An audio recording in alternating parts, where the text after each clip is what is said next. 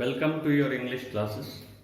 Today we are going to learn how to convert an assertive sentence into an interrogative sentence as well as interrogative to assertive.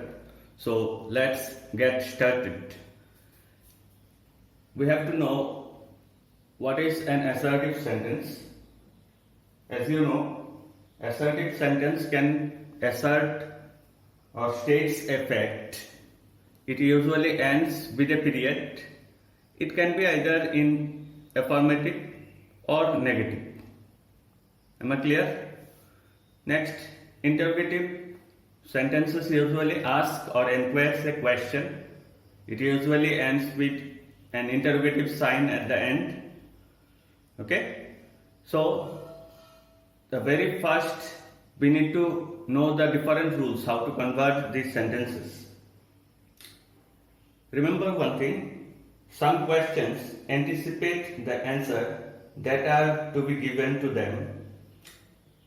In such interrogatives, when the question is affirmative, a negative answer is implied, and when the question is negative, an affirmative answer is implied.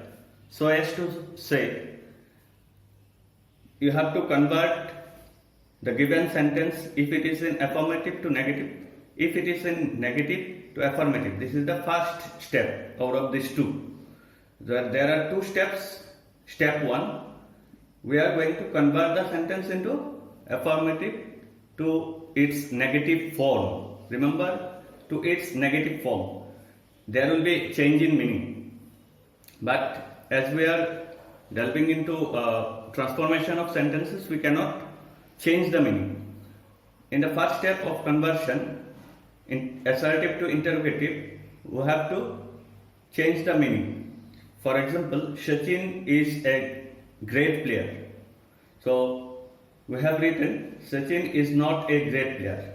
It is in the negative form. The sentence becomes in its negative form. In step 2, we are going to move what? Move the helping verb at the beginning of a sentence. Move the helping verb in the beginning of a sentence. As you have seen, we have already done the step 1 here to its negative form. So just to shift the helping verb at the beginning. So, is Sachin not a great player? Either it can be the answer, or we can use the contraction form of is not, isn't. Isn't Sachin a great player? So this is the step to be followed in all the sentences, in all cases. In case 2, we'll see some sentences which will not offer us helping verb. So when the helping verb is not provided in a given sentence, we are taking the help of, do verb. So do has its form do, does and did. Do, does and did. So you can see he plays cricket. So to make it in its negative form, we took the help of do verb. So as your subject is in third person singular number, it adds s at the end of the verb. In the statement also, statement, or you can call it assertive sentence. He plays cricket. So here you can see s is added. So similarly, if we want to make it a negative sentence, he does, because S form of do verb, doesn't play cricket. Then follow the step 2, doesn't he play cricket? Am I clear? So you have to follow step 1 first, convert the sentence into affirmative to negative. If it is in negative, then convert it into affirmative. Then come to the step 2, move the helping verb at the beginning. So, same case in case 1, case 2. One is with the helping verb, one is without the helping verb. Clear? Similarly, if you make it a negative sentence, he does not play cricket. Suppose the sentence is given to you, he doesn't play cricket. So you will convert it into affirmative. Does he play cricket? Now clear? Now move to the case 3, where you will be offered with such negative words in the sentence, or if the sentence is in positive, or you can call it affirmative, then never will be changed to ever or ever to never. No, in place of no we are going to use any. Suppose for example, let us take one example. He will never forget my kindness. So helping verb is provided here. Will, he, never will be replaced with ever. Will he ever forget my kindness? As I said in the beginning, it anticipates the opposite answer. Okay? If the sentence is in affirmative, it will demand negative answer or negative response. If the sentence is in negative, it will demand positive response. So he will never forget my happiness. So the question that we made, will he ever forget my kindness?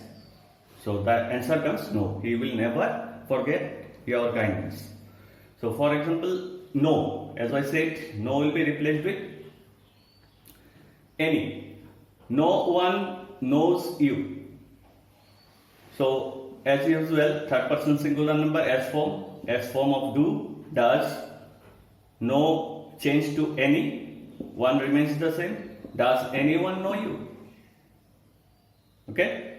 Suppose there is nothing to be worried. There is nothing. No plus thing becomes nothing. So as we already know, no will be replaced with any. So nothing will be replaced with anything. Clear? There is nothing to be worried. Is there anything to be worried? Now in case 4, you can see some words are offered. Everyone, everybody, all will be replaced with who. Everyone, everybody and all will be replaced with who plus as required the helping verb. Nowhere will be replaced with where. Never sometimes change to when. So let us see one example. Everybody knows you. Who doesn't know you? Either you can take this option, or which rule are you going to apply? This one. Okay? Everybody knows you. Who doesn't know you? Or the answer can be, does anyone know you? Combination of these two. Does anybody know you? For example, here never will be changed to when. You can see their glory can never fade. The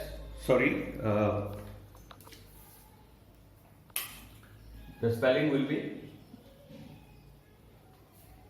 their glory can never fade. So, as I said, the sentence will begin with when. When can their glory fade? When can their glory fade? In case number 5, we have some miscellaneous responses such as, do you not repent of your conduct? So we can say, surely you repent your conduct, or you can say, you should repent your conduct. Some sentences are like, who is so base? Base means mean. Who is so base that would be a bondman. So we can begin the sentence with a phrase, there is no one or there is none. There is none so base that would be a bondman. Like some sentences are offered to us in interrogative, like, why waste time? We can give the response, it is no use wasting time. Or you can write, it is foolish to waste time. Some sentences are like, what is the use of this statue? As earlier I said, we can add a phrase, there is no use of this statue. Some sentences comes like this in exam, it doesn't matter if I fail. We can write the sentence in interrogative as, what though I fail? As I said, some sentences you need to change nowhere to where. For example, nowhere in the world you will find a mountain peak higher than Everest. So we can begin the sentence with where. Where in the world will you find a mountain peak higher than Everest? So I hope you understood how to convert assertive to interrogative and vice versa. Go through the rules, listen to the video once again, get the rules to be copied in your note copy. Then practice more and more. Thank you.